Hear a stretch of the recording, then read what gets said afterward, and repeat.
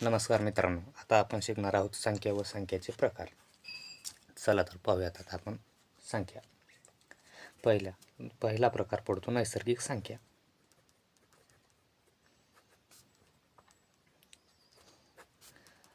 नैसर्गिक संख्या कोणकोणत्या आहेत? 1, 2, 3, 4, 5 ते अनंत. प्रकार नंबर दुसरा पूर्ण संख्या.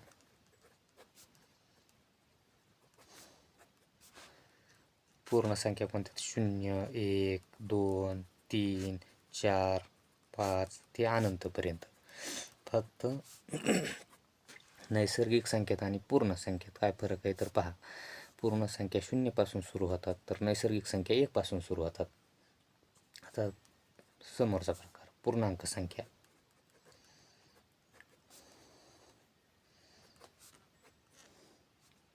पूर्णांक संख्या कोणकोणत्या आहेत? त्याचे दोन प्रकार पडतात. इथं असतो 0.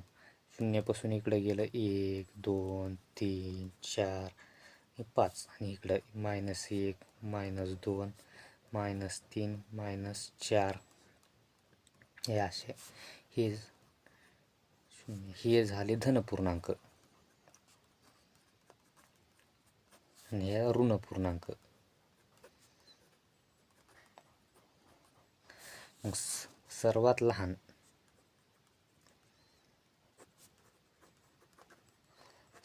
लहान धनपूर्णांक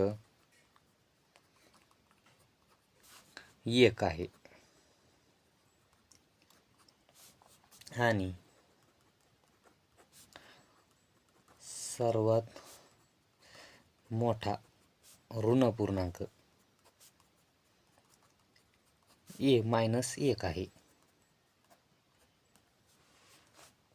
नंतर काय? आता मूळ संख्या.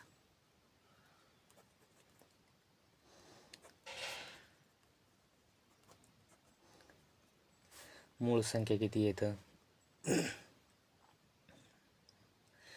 मूळ संख्या 1 ते 100 पर्यंत 25 आहेत आणि 1 ते 50 पर्यंत 15 आहेत. त्या कोणकोणत्या? 2. सर्वात लहान सममूळ संख्या ही 2 आहे. 2, 3, 5, 7, 11, 13, 17, 19 डॅश. मग 1 ते 100 पर्यंत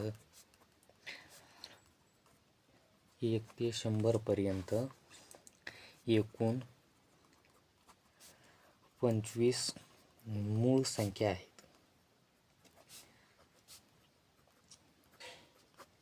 आणि 1 ते 50 पर्यंत एकूण 15 मूळ संख्या आहेत आणि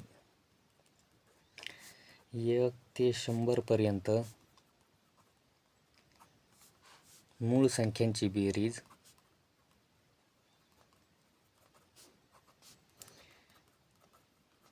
1060 आहे.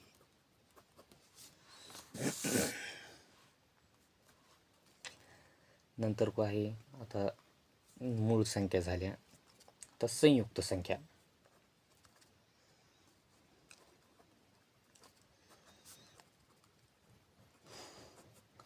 संयुक्त संख्या 1 ते 100 पर्यंत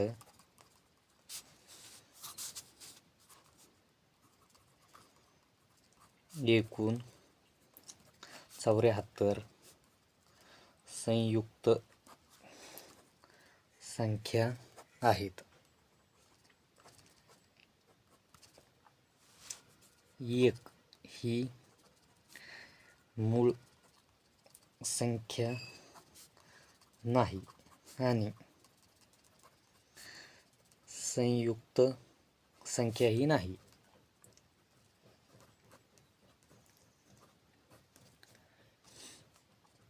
मग आता कोणत्या राहिल्या? संयुक्त संख्या झाल्या. तर जोडमूळ संख्या.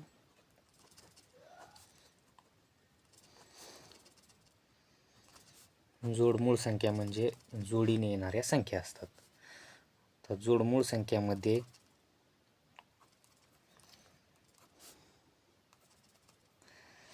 संख्यामध्ये 2चा फरक असतो.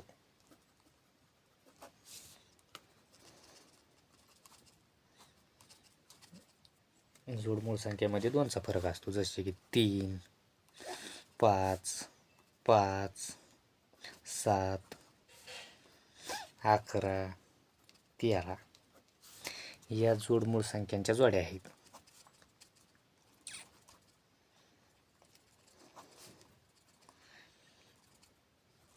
जोडमूळ संख्यांच्या जोड्या आहेत.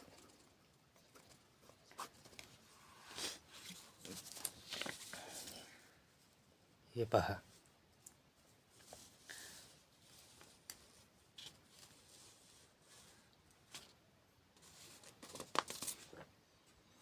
आता जोडमूळ संख्या झाल्या. आता सहमूळ संख्या. हे पहा, सहमूळ संख्या. सहमूळ संख्या कोणकोणत्या असतात? सहमूळ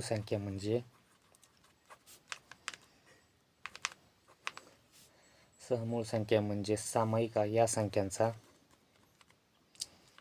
सामायिक अवयव नसतो.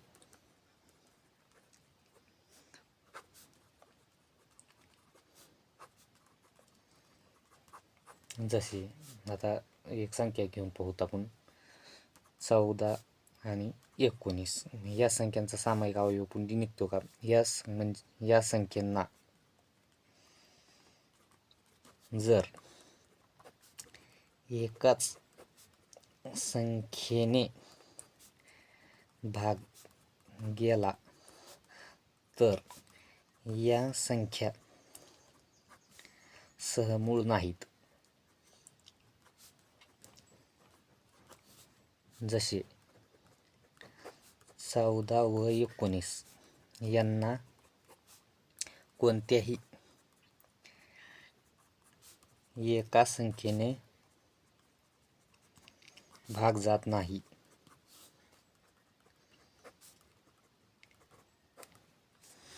मग आता सहमूळ संख्या झाल्या. आता आणि क्रमागत असणाऱ्या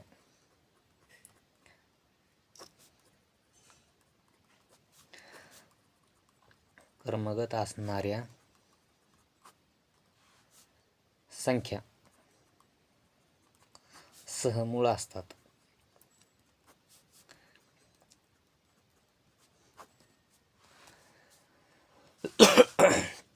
आता परिमेय संख्या. परिमेय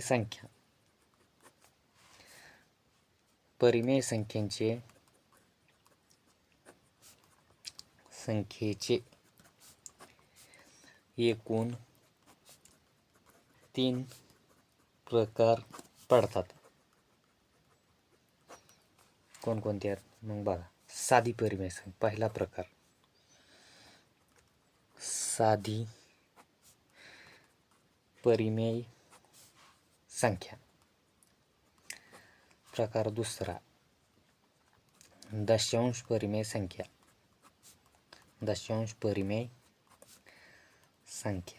आणि तिसरा कर्निस्थ परिमेय संख्या.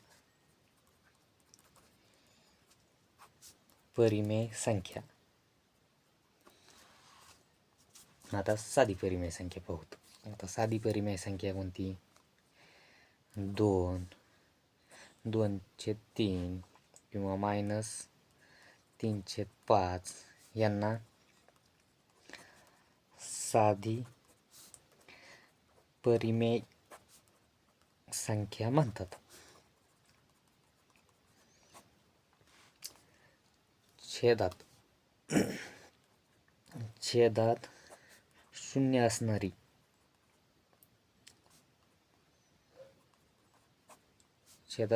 असणारी संख्या परिमेय संख्या नसते.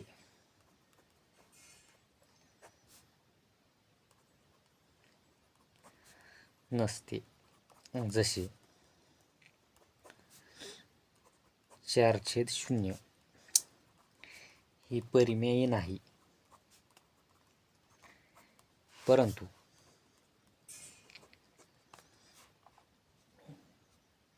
शून्य छेद 4 असे असेल तर ही संख्या परिमेय आहे.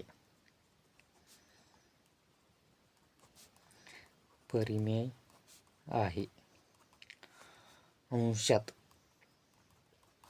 शून्य असणारी संख्या परिमेय असते. आता दशांश परिमेय. दशांश परिमेय म्हणजे काय? उदाहरण पाहू. 2/3 दशांशानंतर 2/3 ही परिमेय संख्या आहे. दशांशानंतर 3चं रिपिटेशन होणे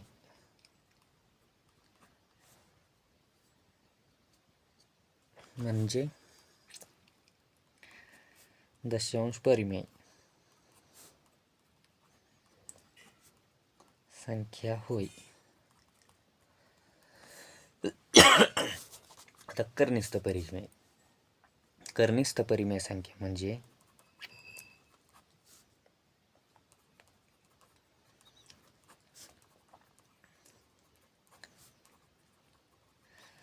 कर्निस्थ परिमेय संख्या म्हणजे ज्या संख्येचे उत्तर आपण काढू शकतो त्यांना कर्निस्थ परिमेय संख्या म्हणतात.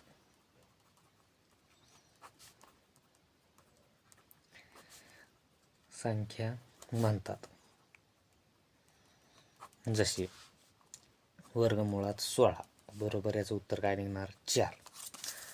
वर्गमुळात 125 वर्गमुळात 125 भागिले 5 बरोबर याचं उत्तर काय निघणार? 5. यांना कर्निस्थ परिमेय संख्या म्हणतात.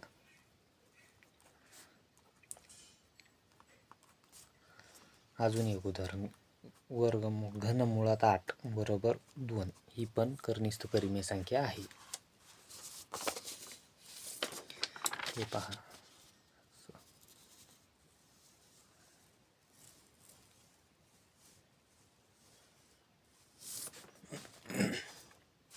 आता बघणार आहोत आपण त्रिकोणी संख्या.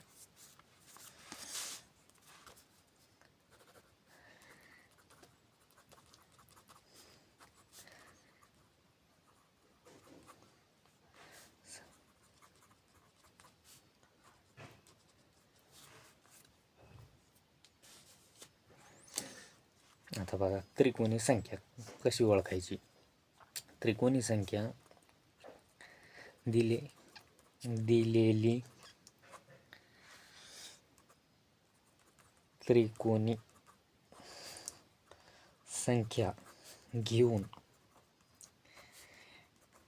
तिची दुप्पट करणे व त्याचे अवयव पाडणे.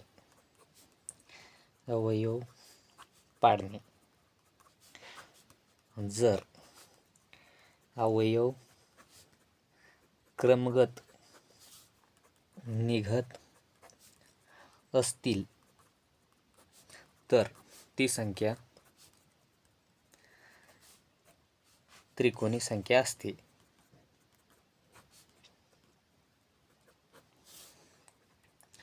आणि जर अवयव क्रमगत निघत नसतील तर ती संख्या त्रिकोणी नसते. मग आता एक उदाहरण पाहू. उदाहरण 6 त्रिकोणी संख्या आहे का पाहायचं आहे आपल्याला. 6 त्रिकोणी संख्या आहे का ते तपासू. मग अगोदर करायचं 6ची दुप्पट बरोबर 12. आता या 12चे अवयव पाडू. त्याचे अक्रमगत अवयव पडतात का? मग बघा, 3 गुणिले 4 बरोबर 12. याचे क्रमगत अवयव पडतात. म्हणजे 6 ही त्रिकोणी संख्या आहे.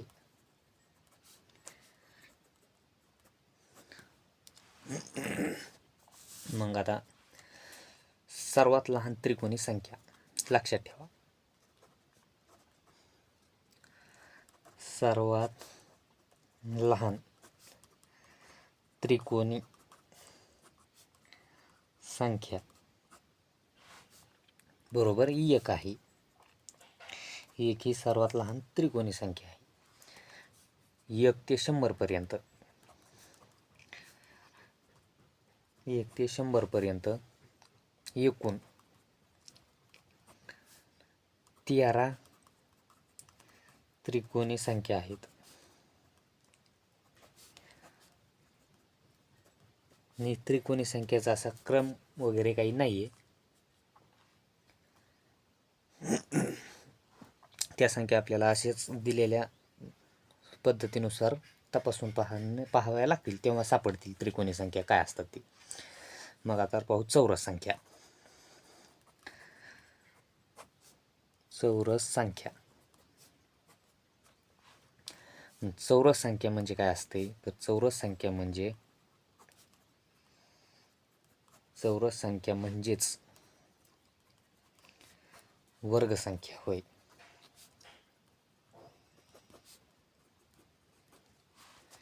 जसे की 144 बरोबर 12चा वर्ग आहे. म्हणजे 144 ही वर्गसंख्या आहे. म्हणजे ती चौरस संख्या आहे. 144 ही चौरस संख्या आहे. आता समसंख्या.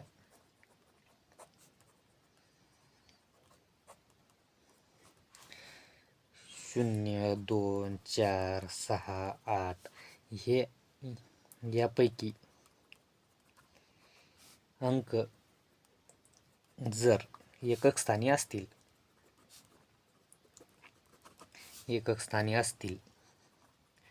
तर ती संख्या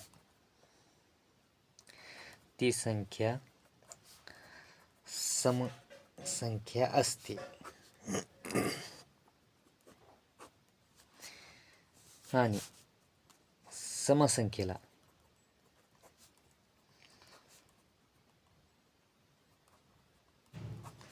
समसंख्येला 2 ने भाग जात असतोच.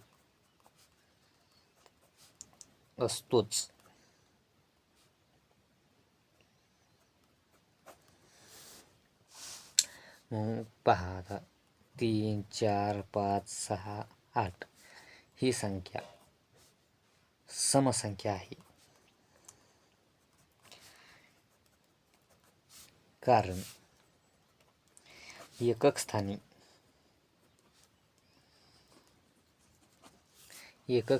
8 ही संख्या आहे.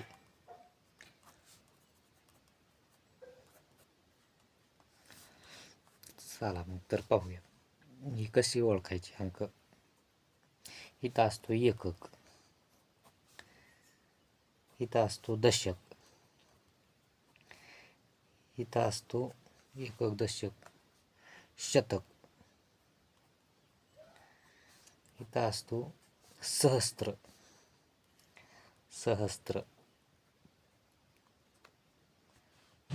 आपण 10,000 म्हणतो, पण पुस्तकी ज्ञानानुसार त्याला सहस्त्र म्हणावं लागते आणि ह्याला दशहस्त्र म्हणजे 10,000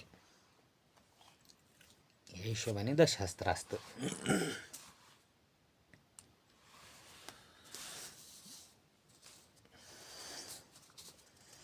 आता काय झालंय आपलं समसंख्या झाली. आता विषम संख्या.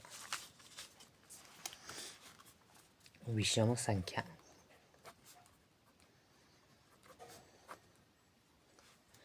विषम संख्या कोणकोणत्या? 1, 3, 5, 7, 9 असे 9. यापैकी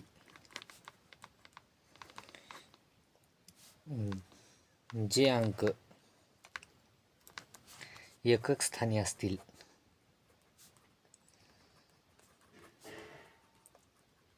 यापैकी जर अंक एकक स्थानी असतील तर ती संख्या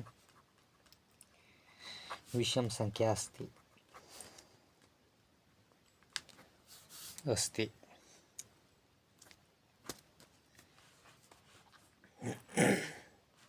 आता विषम संख्या झाली. तर बेरीज किंवा वजाबाकीचं चिन्हांचे नियम पाहू.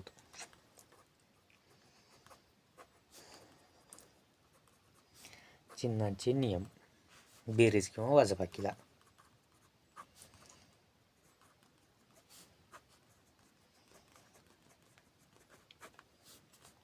समान चिन्ह जर असतील तर त्याची बेरीज करावी.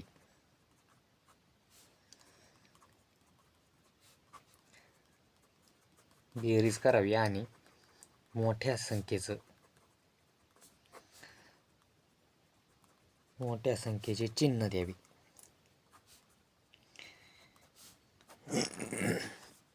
विरुद्ध चिन्ह आणि चिन्ह जर विषम किंवा विरुद्ध असतील तर वजाबाकी करावी आणि मोठ्या संख्येचे चिन्ह द्यावे.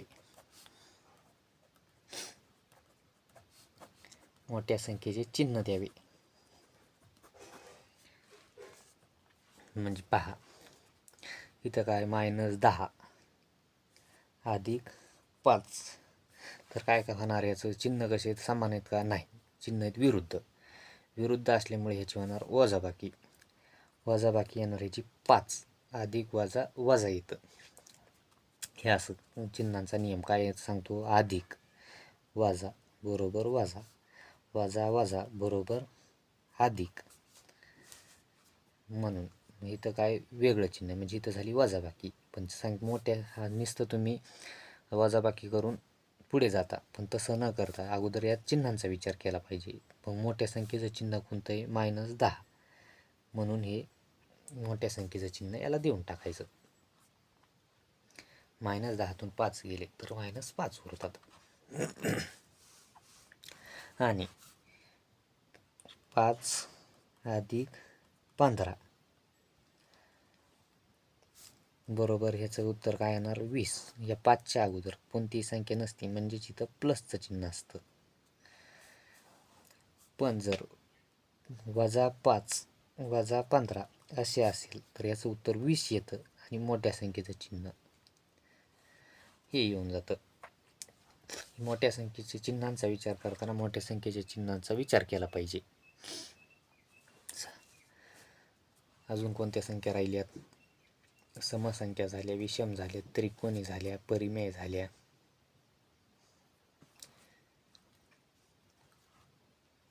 नमस्कार. तर आपण आता पाहूयात पुढच्या व्हिडिओमध्ये.